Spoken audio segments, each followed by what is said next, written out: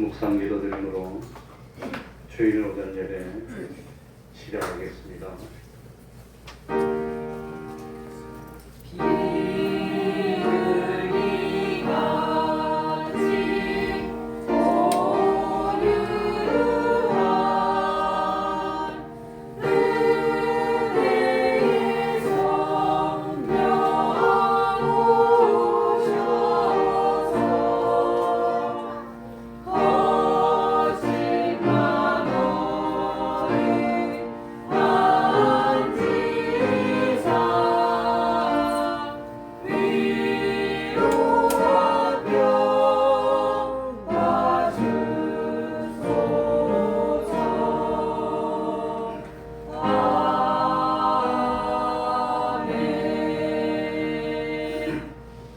하나님 아버지, 항상 사랑하여 주시고 우리를 바른 길로 이끌어 주시며 오늘도 주의를 당하여서 하나님 앞에 나와 거룩한 산제사 드릴 수 있도록 은혜 베풀어 주셨으니 참으로 감사드립니다.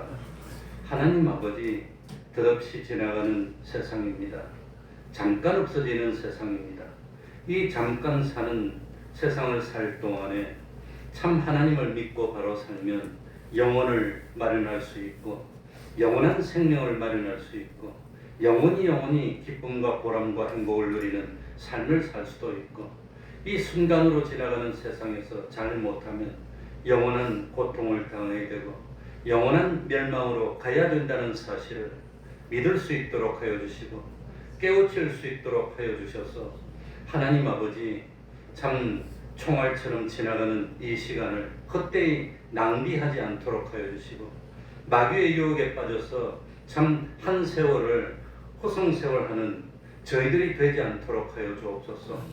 하나님이냐 자기냐를 선택해야 될 때 기꺼이 믿음으로 하나님을 선택할 수 있는 저희들이 되게 하여 주옵소서.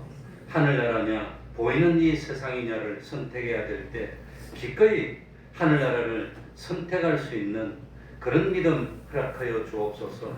하나님 아버지, 참 물질을 선택할 것이냐 아니면 믿음을 선택할 것이냐 할 때에 참 상 주시는 하나님을 바라보며 기꺼이 이스라엘 백성과 함께 광야로 나갔던 모세와 같은 그런 선택을 할 수 있는 참 믿음 허락하여 주셔서 세상에 살 때도 외롭지 않고 하나님 주시는 기적과 축복으로 살 수 있도록 하여 주시고, 그리고 그리스도의 심판대 앞에 섰을 때 정말 잘했구나 할 수 있는, 영원히 기쁨을 누릴 수 있는 그 길을 선택하고 그 길을 갈 수 있는 우리 태평동교회 권속들이 다 될 수 있도록 은혜 베풀어 주옵소서.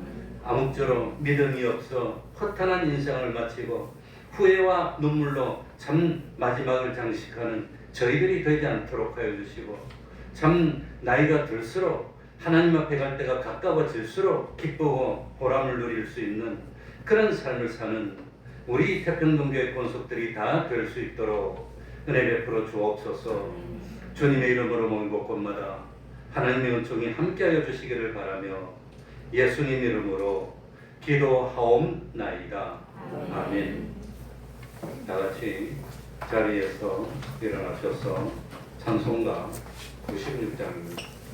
찬송가 96장입니다.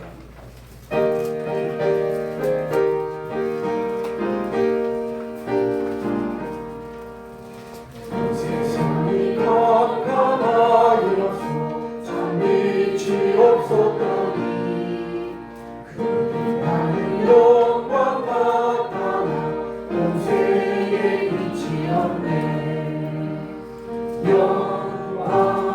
영광의 주, 영광의 주, 밝은 별이 내게 빛이 없네. 영광의 주, 영광의 주, 이 세상에 비친 오직 주 예수라. 주 말씀을 듣는 사람은 그 마음이 시원하고 주 명령을 준행하는 자 그 길이 환하겠네. 영광의 주, 영광의 주, 밝은 별이 내게 빛이 없네.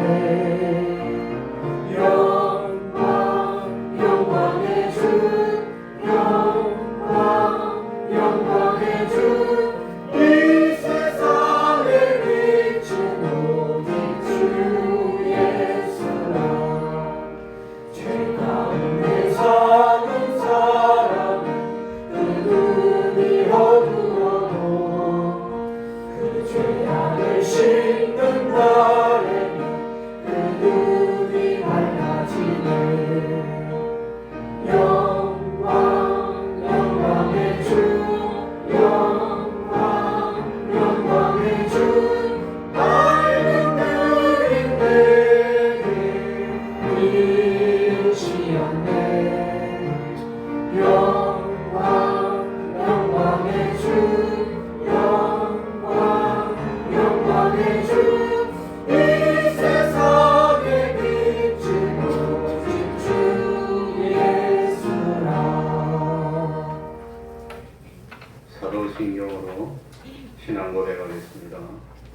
전능하사 천지를 만드신 하나님 아버지를 내가 믿사오며 그 외아들 우리 주 예수 그리스도를 믿사오니 이는 성령으로 잉태하사 동정녀 마리아에게 나시고 본디오 빌라도에게 고난을 받으사 십자가에 못 박혀 죽으시고 장사한 지 사흘 만에 죽은 자 가운데서 다시 살아나시며 하늘에 오르사 전능하신 하나님 우편에 앉아 계시다가 저리로서 산자와 죽은 자를 심판하러 오시리라.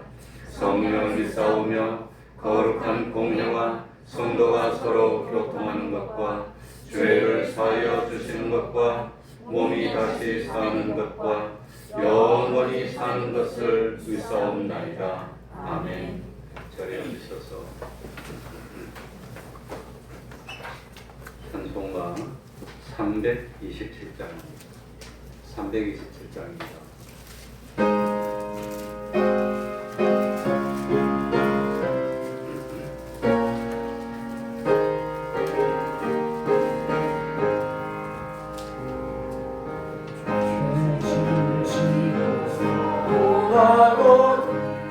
내 마음속에 주 영접하며 새 사랑 되기를 원하고 내 구주를 영접하라.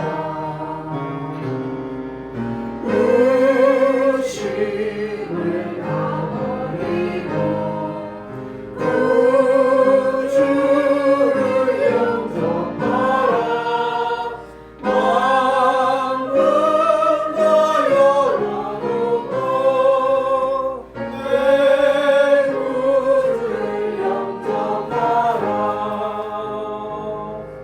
정결케 되기를 원하고 내 마음속에 주 영접하며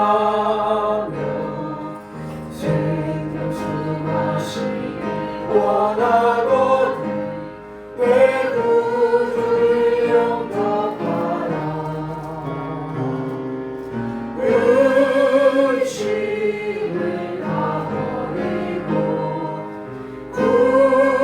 구주를 영접하라. 마음은 다 열어놓고 내 구주를 영접하라.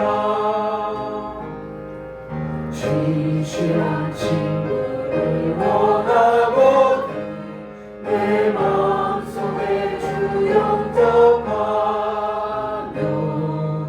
내 맘의 평안을 원하고 내 구주를 영접하라. 의심을 다 버리고 구주를 영접하라. 마음은 다 열어놓고 내 구주를 영접하라. 즐거운 찬송을 하려고 내 마음속에 주 영접하며 평안한 복지에 가려고 내 구주를 영접하라. 의심을 다 버리고 구주를 영접하라. 마음은 다 열어놓고 내 구주를 영접하라. 이 시간에는 교동문 10번을 교독하겠습니다. 교동문 10번입니다.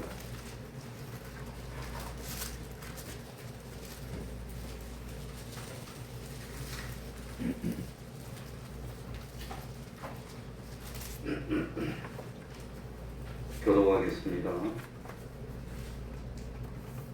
여호와는 나의 빛이요 나의 구원이시니 내가 누구를 두려워하리요.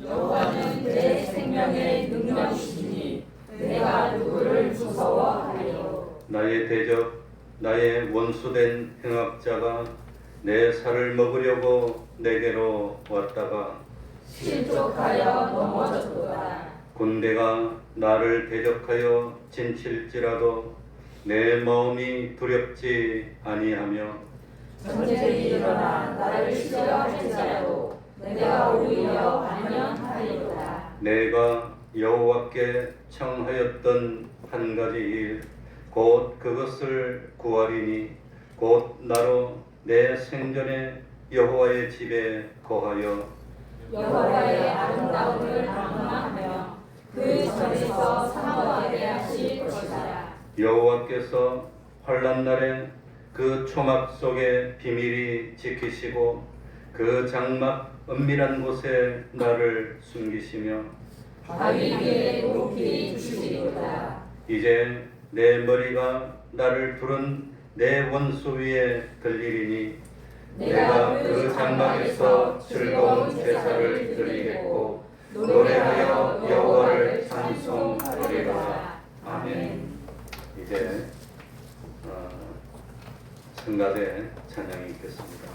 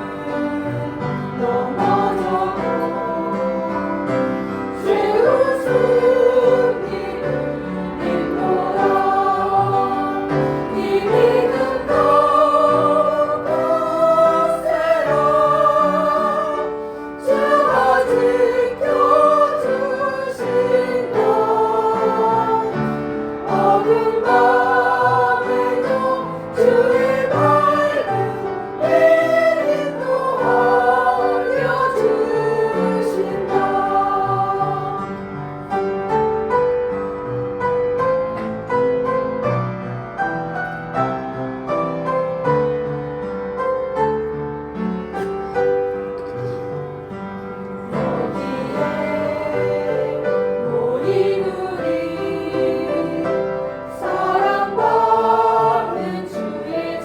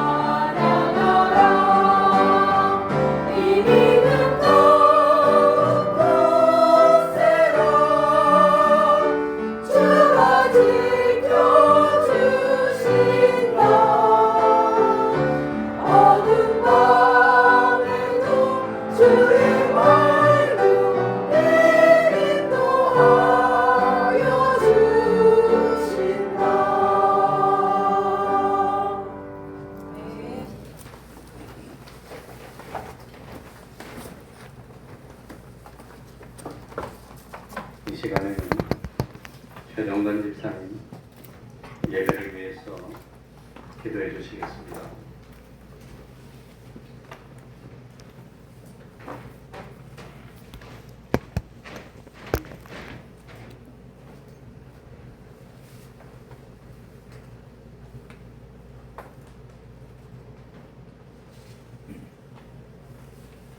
우리의 소망이 되시고 빛이 되신 하나님 아버지,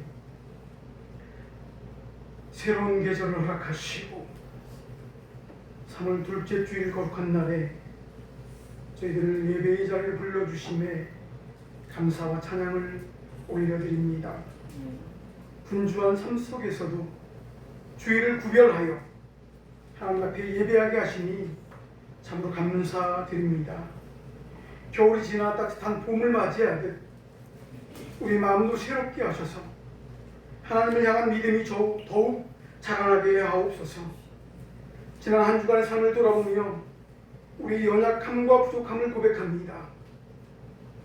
말과 생각과 행동으로 하나님을 기쁘시게 하지 못했던 죄를 용서하여 주시고 예수 그리스도의 보혈로 우리의 마음을 깨끗하게 하여 주옵소서. 이 시간 정결한 마음으로 하나님께 예배드리게 하시고 우리의 예배를 기쁘게 받아 주옵소서. 하나님 아버지, 주의 몸된 교회를 위해 기도합니다. 우리 교회가 세상 가운데 빛과 소금의 사명을 감당하게 하시고 말씀 위에 굳게 서는 교회가 되게 하옵소서. 교회 모든 예배와 사역 위에 성령의 기름 부으심을 더하여 주시고 목사님에게 영육간의 강건함과 지혜를 더하여 주옵소서.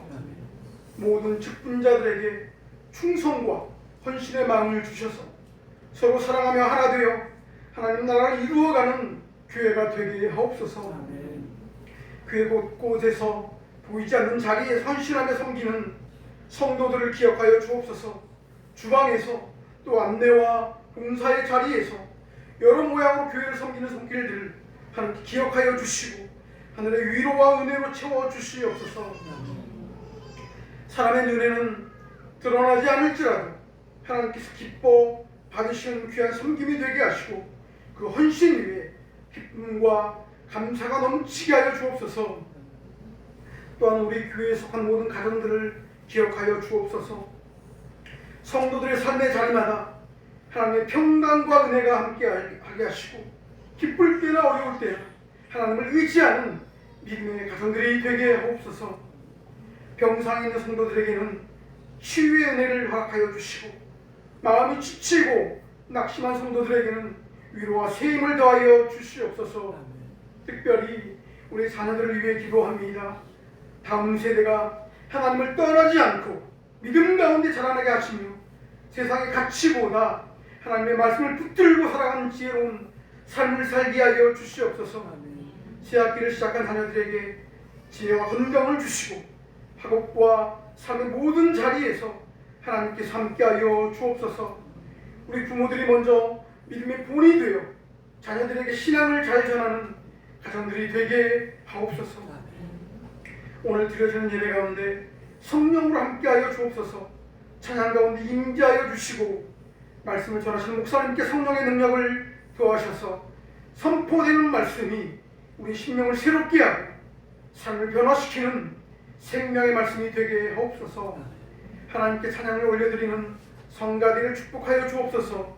준비하며 수고한 손길을 기억하여 주시고 그들의 찬양이 하나님께 올려드리는 아름다운 향기로운 제사가 되게 하옵소서.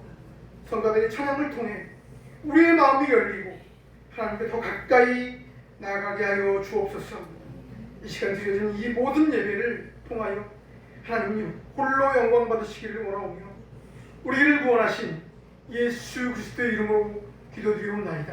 아멘.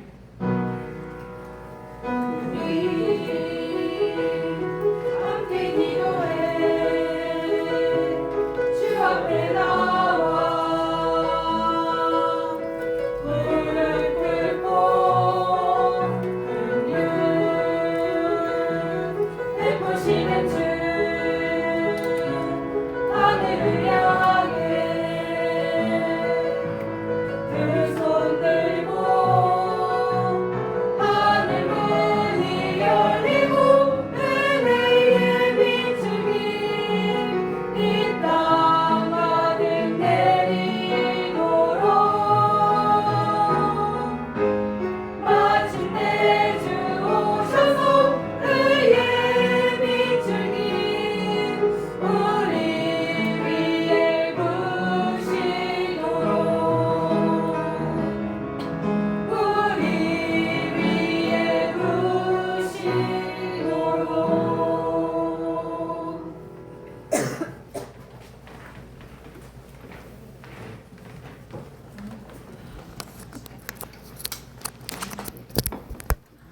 하나님의 신약 성경입니다. 골로새서 4장 14절입니다. 골로새서 4장 14절 한 절 읽겠습니다. 한 절이니까 같이 읽도록 하겠습니다. 골로새서 4장 14절입니다. 사랑받는 같이 읽겠습니다. 시작. 사랑받는 의원 누가와 또 데마가 너희에게 문안하느니라. 아멘.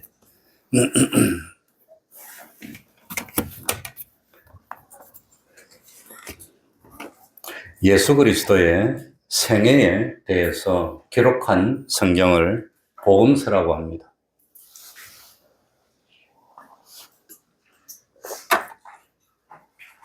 신약 성경에는 마태복음, 마가복음, 누가복음, 요한복음 이렇게 4개의 복음서가 있습니다. 마태복음은 마태가 기록했습니다. 마가복음은 마가가 기록했고, 누가복음은 누가가 기록했고, 요한복음은 요한이 기록했습니다.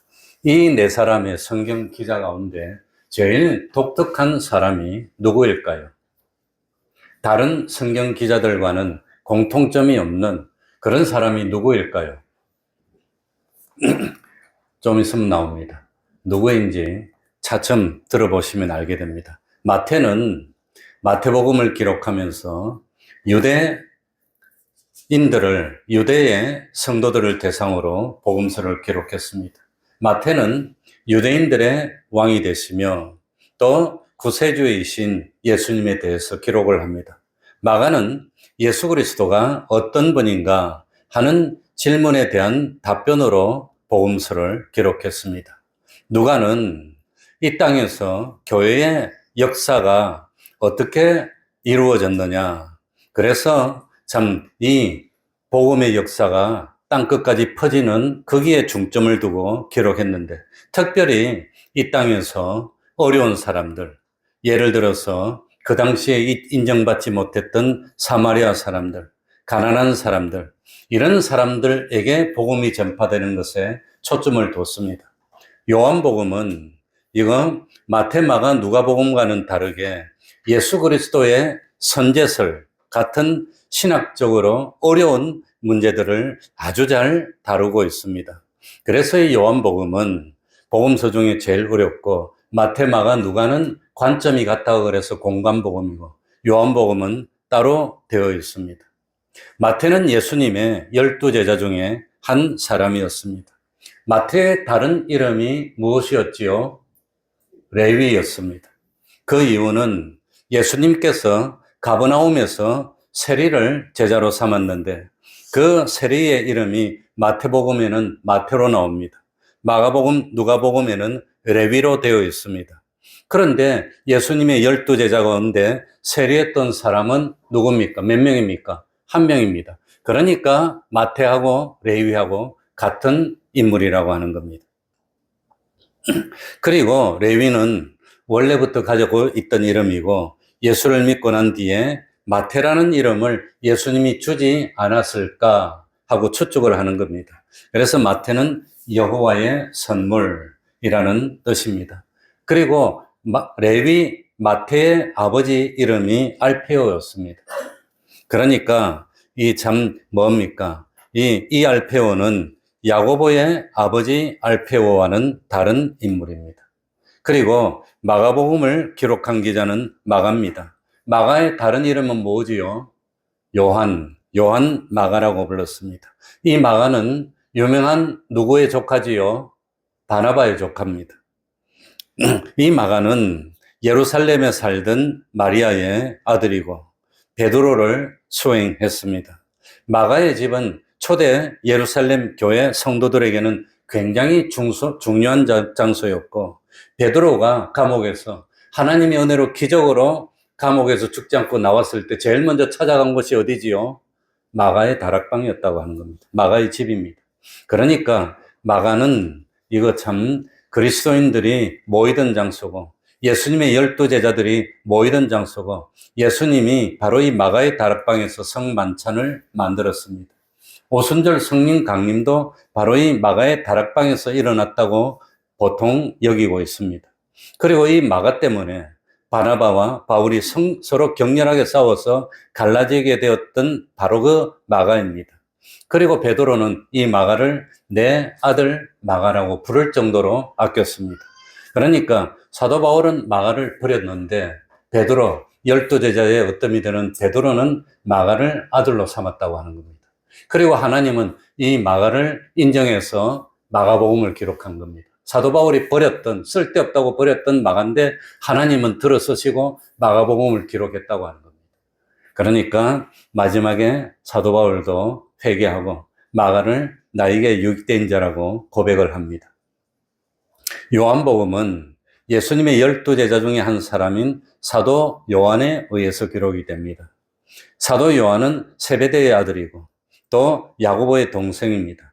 야고보와 요한의 어머니는 살로메이고 살로메는 예수님의 친어머니인 마리아와 친자매지간으로 여기집니다. 왜냐하면 성경에 예수님의 십자가 앞에 있던 인물 중에 한 사람이 이모라고 나옵니다. 그런데 다 따져보니까 살로메가 해당이 된다고 하는 겁니다. 그러니까 재미있는 것은 예수님과 야고보와 요한은 그전부터 알던 관계가 아니었을까? 사촌관계니까. 그런데 야고보와 요한은 예수님을 사촌으로 여기지 않고 누구로 여기지요? 하나님의 아들로 여깁니다. 어쨌든지 그리고 이 요한은 성만찬의 석상에서 예수님의 품에 기도서 누웠던 유일한 사람, 예수님에게 안겨본 유일한 사람으로 생각이 되고 대제사장 가야바도 관계가 있어서 가야바가 있는 대제사장의 집에 마음대로 들어갈 수 있었던 그런 위치에 있었습니다. 그리고 예수님이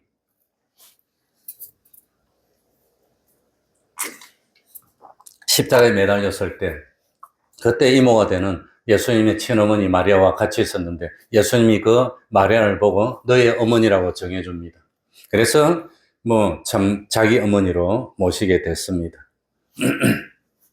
이와 같이 복음서를 기록한 기자들 4명 중에서 마태와 요한은 예수님의 제자, 마가는 바나바의 조카이고 그리고 마가의 다락방으로 유명한 초대교회부터 아주 잘 믿는 그야말로 그 교회에서 없어서는 안 되는 기둥처럼 여김받는 이름만 말하면 다 아는 집안의 아들이고 그런데 누가는 뭡니까?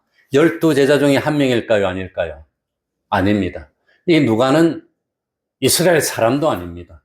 이방인입니다. 그런데 이방인이 복음서를 기록했다는 겁니다. 그래서 누가는 독특하다고 하는 겁니다.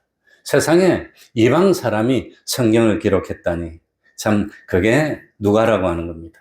이 누가는 이 성경의 이름이 3번 나옵니다. 오늘 읽은 골로새서 4장 14절에 사랑받는 의원 누가, 빌레몬서 24절에 바울의 동역자 누가, 또 뭡니까? 디모데후서 4장 11절에는 누가만 나와 함께 있느니라. 누가만. 끝까지 사도 바울과 함께 했던 사람이 누구라 말이죠. 누가라고 하는 겁니다. 누가는 그렇게 독특합니다. 누가는 실제로 루키오스라는 이름인데 줄여서 누가라고 부릅니다. 성경에 보면은 실라가 나옵니다. 실라는 실바누스의 줄인 이름입니다. 그리고 브리스가는 브르스길라의 줄인 이름, 안디바는 안디바드리의 줄인 이름. 그러니까 참 누가도 원래 본명이 아니라 줄인 이름이라는 것을 우리들이 알 수 있습니다.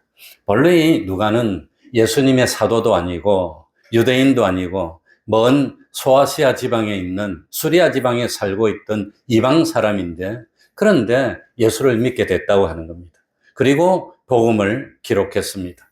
누가는 이 복음을 기록해서 데오빌로라고 하는 그런 참 수리아를 다스리던 그런 총독에게 전해주어서 믿음을 가지게 하려고 누가복음 사도행전을 기록했다고 나오고 또 오늘날 우리에게까지 참 가르쳐 주려고 기록했습니다. 그래서 누가는 다른 사람하고 다르게 예수님을 본 적도 없어. 만난 적도 없어. 예수님을 따라다닌 적도 없어. 그런데도 이 뭡니까? 누가복음에 보면은 예수님의 나심으로부터 죽으실 때까지 여러 사건을 근원부터 자세히 미루어 살펴서 연구해가지고 성령님의 감동을 받아서 기록했다는 겁니다.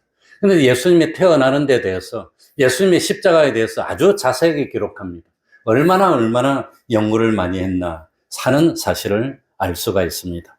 1장 14절 한번 다시 읽어볼까요? 골로새서 1장 14절. 사랑을 받는 의원 누가와 또 데마가 너희에게 문안하느니라. 하필이면 왜 누가하고 데마 두 사람이 여기 기록이 됐을까? 그것도 참 재미있습니다. 나중에 이 데마는 어떻게 되지요? 두 사람 똑같이 참 사도 바울을 따르면서 하나님의 일을 했는데 마지막 순간에 누가는 함께 있고 마지막 순간에 데마는 어디로 가고? 세상으로 가고 그랬다고 하는 겁니다. 그랬습니다. 그러니까 이 참 이스라엘 땅이나 예루살렘에 살지 않았고 먼 이방 땅에 살고 있다가 어느 날 복음을 듣게 됐습니다. 이 의사 누가는 참 예수님을 믿게 되고 난 뒤에 진짜로 예수님을 믿었습니다. 그래서 예수님이 누군가 궁금했습니다. 예수님에 대해서 열심히 연구하는 겁니다. 무지무지 연구하는 겁니다. 구할 수 있는 그 자료를 다 구하고 그냥 이리저리 들어서 연구해가지고 그래가지고 참 예수님의 제자도 아니고 예수님의 역사를 직접 눈으로 보지도 못했는데 그런데도 복음서를 기록할 만큼 예수님에 대해서 정통하게 됐다고 하는 겁니다. 그러니까 독특하지요. 그래서 예수님에 대해서 꿰뚫어 알게 됐습니다. 그래가지고 이 누가는 세례 요한과 예수님의 관계도 이러했다. 특히 예수님의 탄생을 말하면서 누가복음에만 뭡니까? 천사 가브리엘이 나타나가지고 어떻게 하다가 나중에 뭡니까? 누구에게 엘리사벳, 요한의 어머니 엘리사벳을 방문한 그런 일까지도 그걸 얼마나 샅샅이 연구했으면 그런 일까지 다른 성경에 안 나오는데 누가복음에 나오는 그걸 다 기록했다고 하는 겁니다. 뿐만 아니라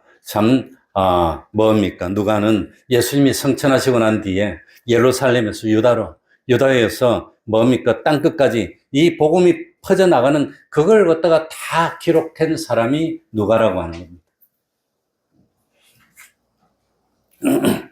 누가복음은 24장, 사도행전은 28장, 두 개 합하면은 52장이나 되는데 신약 성경의 4분의 1의 분량입니다. 이걸 이방 사람이 기록했다고 하는 겁니다.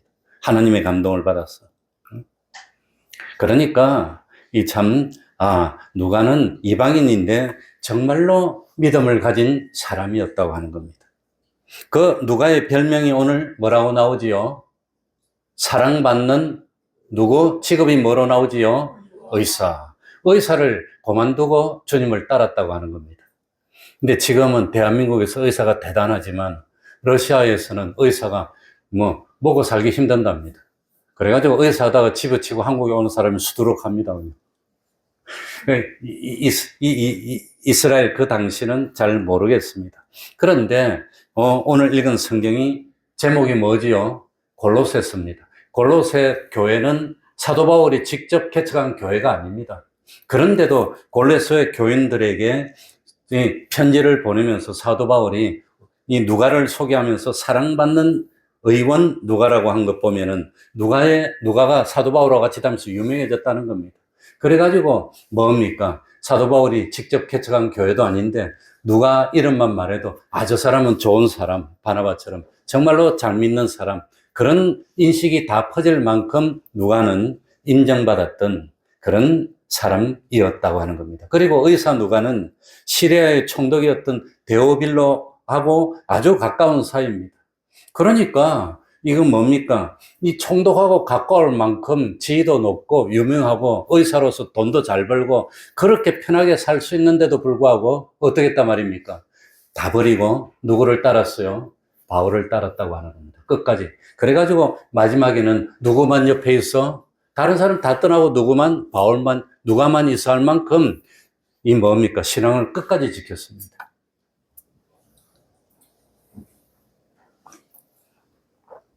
그리고 누가는 자기 손으로 기록한 누가복음이나 사도행전에 자기의 신분을 밝히지 않았다고 하는 겁니다.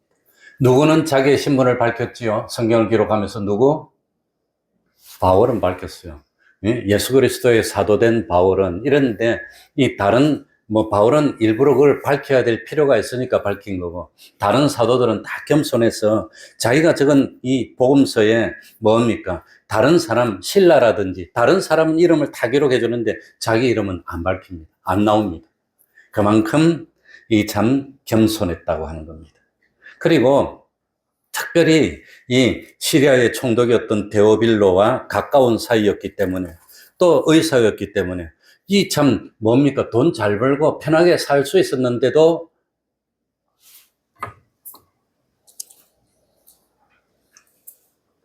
한평생을 누구를 동행했어요? 사도 바울과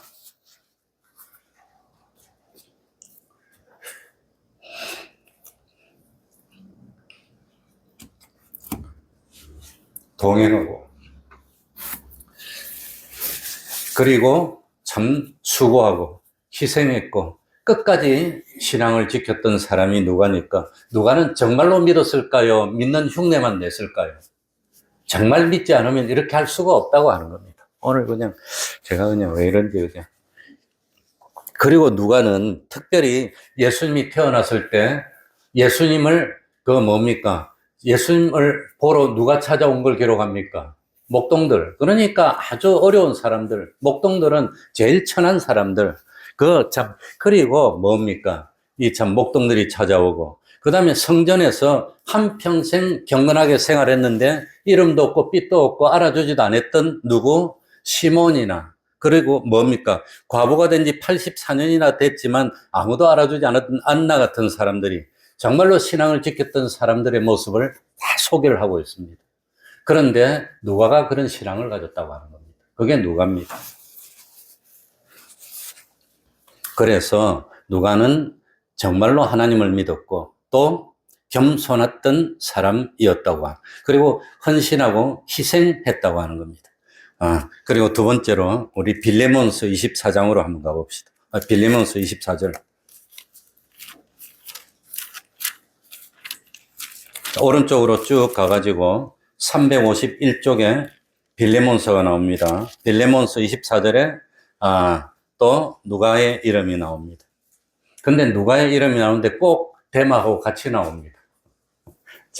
자, 같이 읽어볼까요? 또한 24절입니다. 제가 읽겠습니다. 찾았지요? 또한 나의 동력자 마가, 아리스다고, 데마, 그리고 누가 문안하느니라? 누가가 문안하느니라. 이렇게 되어 있습니다. 이 빌레몬서는 어디서 기록한 서신이지요? 옥중에서. 이 바울은 여러 번 감옥에 갇힙니다. 가이사랴에도 2년이나 있었고, 로마의 감옥에도 있었고, 에베소에서도 감옥에 있었고, 특별히 에베소에서 감옥에 있을 때 사자와 마주했다는 전성이 전해집니다. 그래서 로마서 16장에 보면 브리스가와 아굴라가 바울을 위해서 목숨이라도 내어놓았다고 하는 게 아마 사자하고 마주칠 때 그런 참 형편에서 한 말이 아니었을까 그리 생각이 됩니다. 옥중 서신은 로마의 감옥에서 기록했는데 보통 에베소서, 골로새서, 빌레몬서 세 개가 비슷한 시기에 로마의 감옥에서 기록이 됐습니다. 특별히 빌레몬서는 뭡니까? 이 빌레몬이라는 사람에게 오네시모라는 노예를 돌려보냅니다. 옛날에 노예 돌려보내면 어떻게 됩니까? 어제 우연히 내가 TV를 잠깐 보는데 이 흑인 노예를 뭡니까? 도망가다가 잡혔어요.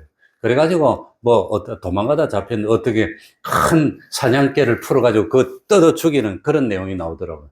그러니까 이거 뭡니까? 예수님 당시가 아니고 19세기에 미국에서도 노예를 도망가다 잡으면 발을 끊든지 그냥 사냥개를 풀어서 뜯어 죽이든지 그래야 다른 노예들이 도망을 못 가니까 다른 노예 다 모아놓고는 보고 있는데 어떡할까? 그러다 사냥개를 탁 풀어서 뜯어 죽이는 그런 모습이 나오는데 2000년 전에 노예가 도망가면 어떻게 하겠습니까? 19세기도 그랬는데. 그런데 그 도망간 노예를 주인에게 보냅니다. 왜 보냅니까? 그렇게 해서 용서를 받아야 회개가 되니까 보낸다고 하는 겁니다. 그 보내면서 노예로 취급하지 말고 믿음의 형제로 취급하라고 하면서 보낸 성경이 빌레몬서입니다. 아주 그냥 감동적입니다. 그런데 그 빌레몬에게 보내면서 누구를 소개한단 말입니까? 누가를 소개하고 있습니다. 근데 누가 이름 옆에 누가 나오지요? 네? 오늘 이건 빌레몬서 24절에 누가 옆에 누가 나오지요? 데마가 나오고 있습니다. 왜 이걸 강조하느냐? 골로새서 그것도 옥중에서 썼습니다. 빌레몬서도 옥중에서 썼습니다. 나중에 디모데후서는 뭡니까? 제일 마지막에 기록했으니까 그것도 아마 옥중에서 썼을 텐데 우리 그거는 목회서 지나는데 근데 디모데후서에는 데마가 나오는데 나를 버리고 갔다고 나오는 겁니다. 그런데 누구는 함께 있어요? 그러니 누가는 끝까지 함께 했다는 겁니다. 힘들어도 어려워도 끝까지 함께 했습니다. 그게 누가라고 하는 겁니다. 그러니까 참 이 누가는 하나님 앞에서 자기를 부인했고 참 주와 복음을 위해서라면 기꺼이 십자가를 져서 그러니까 누가는 참 뭡니까? 보통 다른 사람을 따르면 뭐 하려고 따릅니까? 그 사람이 잘 되면 나도 득 보려고 따르는데 이 참 누가는 어디서부터 사도 바울을 따랐을까요? 사도 바울이 소아시아 쪽으로 북쪽 아시아 쪽으로 올라가달라 하다가 하나님이 막습니다. 그래서 못 가고 결국은 꿈에서 이쪽으로 와서 우리를 도우라는 계시를 받고 어디로 넘어갑니까? 마게도냐 지방으로 넘어갑니다. 그 마게도냐 지방, 그 터키 쪽으로 넘어가는데 거기서부터 사도행전 16장에서부터 사도행전을 누가 기록했지요? 누가가 기록했는데 우리라고 하면은 우리 속에 누가 포함되는 겁니까? 자기가 포함된다. 그게 유명한 위 섹션이라고 하는 겁니다. 자기가 포함됩니다. 그때부터 따랐는데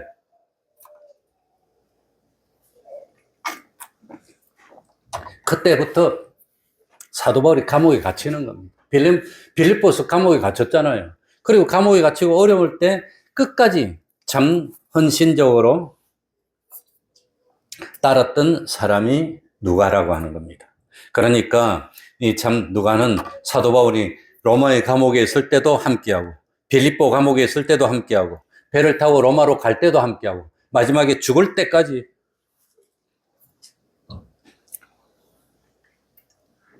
한번 말해봅시다. 이 데마가 끝까지 누가와 함께 있었는데 사도 바울 함께 있었는데 마지막에 왜 갔을까요? 왜 갔을까요? 끝까지 따랐으면 의리를 지켜야 되는데 왜 갔을까요? 바울 보니까 희망이 없어. 이제는 정말로 죽을 것 같아. 그러니까 바울 옆에 따라다니 봐야 바울이 죽을 것 같아. 자, 구약에 보면 누가 그랬습니까?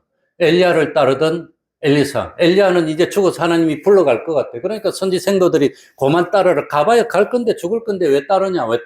그랬잖아요. 그러니까 이 참 데마는 따르다가 로마의 감옥에 있을 때도 따르다가 이 옥중 서신 쓸 때까지 같이 있었는데 마지막에 디모데후서는 마지막에 죽기 전에 썼는데 그거 쓸 때는 세상을 사랑해서 떠났다고 하는 겁니다. 그때도 누가는 같이 있었다고 하는 겁니다. 그러니까 데마가 누가 옆에 꼭 같이 있다가 마지막에는 쫙 갈라져더라고 하는 겁니다. 그게 재미있습니다. 그래서 디모데후서 4장 10절, 11절 한번 찾아볼까요? 왼쪽으로 조금 오면 디모데후서 4장 10절, 11절 346쪽입니다. 346쪽입니다. 디모데후서 4장 10절, 11절입니다. 데마는 이 세상을 뭐하여?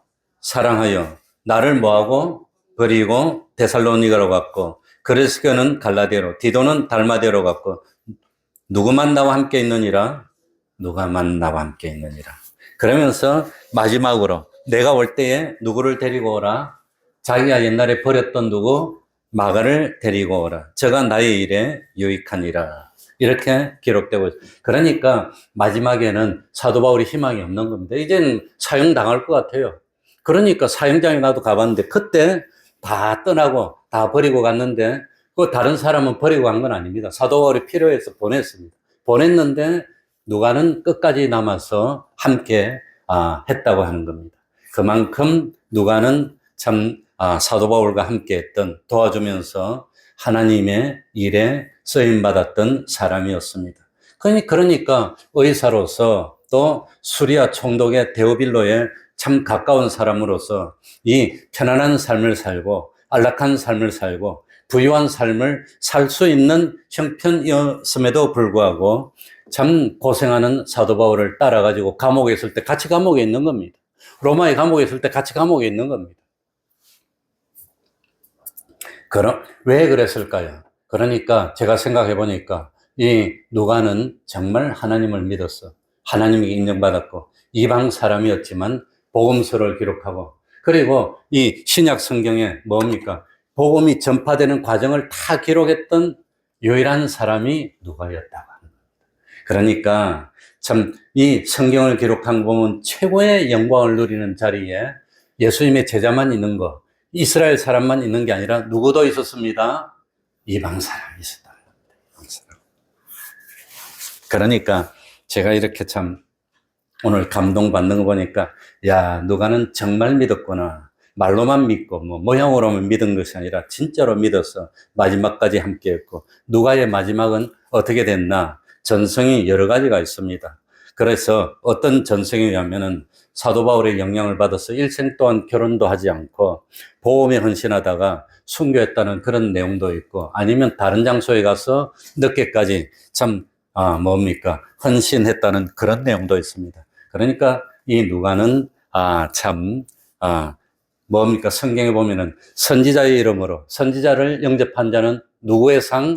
선지자의 상을, 의인의 이름으로 의인을 영접하면 의인의 상을, 또 참 예수님을 생각하면서 참 냉수한 그릇에 봉사를 하더라도 하나님이 결코 상을 잃지 않게 해주고 다 갚아주겠다고 했는데, 누가는 바울이 고생할 때 같이 고생한 겁니다. 아마도 파선하는데 일조야를 기쁨에서 지나고 강도의 위험, 참 절벽의 위험, 동족의 위험, 이런 거 위험을 당할 때 다 같이 당한 거 아니냐. 왜 같이 다녔으니까. 그러니까 사도 바울이 복을 받을 때 같이 받을 수 있는 그 반열에 오르는 사람이 아니었을까 생각이 됩니다. 그러니까 우리도 사람에게 참 인정받기보다도 하나님에게 인정받고, 또 참 누가복음을 기록하고 사도행전을 기록했던 누가처럼 초지일관 겸손한 자세로 참 신앙을 지키는 우리들이 됐으면 좋겠습니다. 말씀을 생각하면서 통성으로 기도하겠습니다.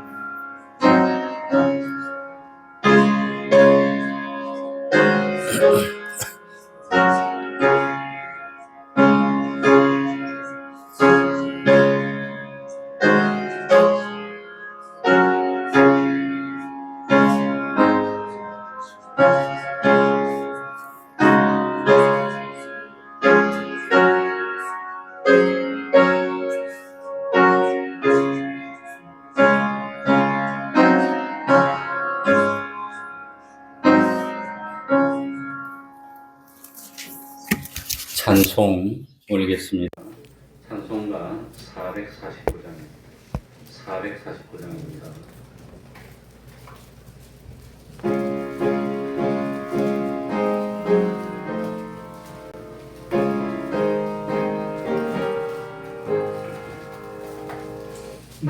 세상의 친구들 나를 버려도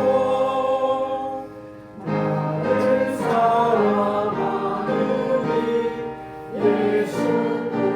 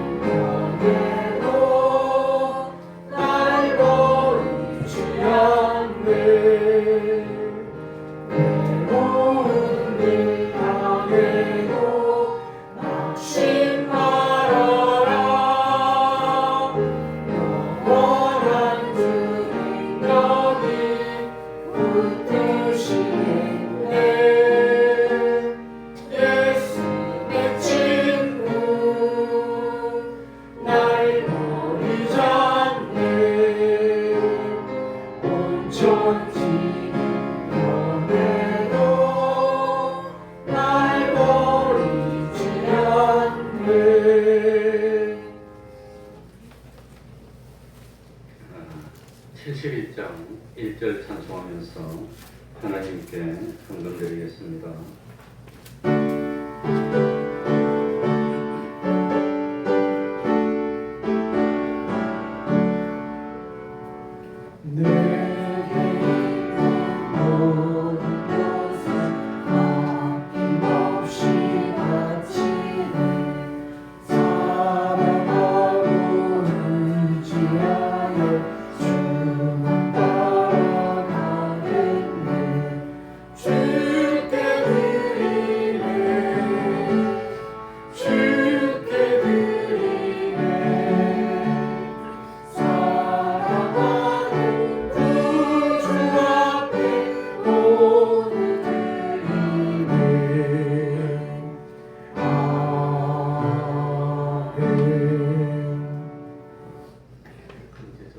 저거 좀 꺼주세요.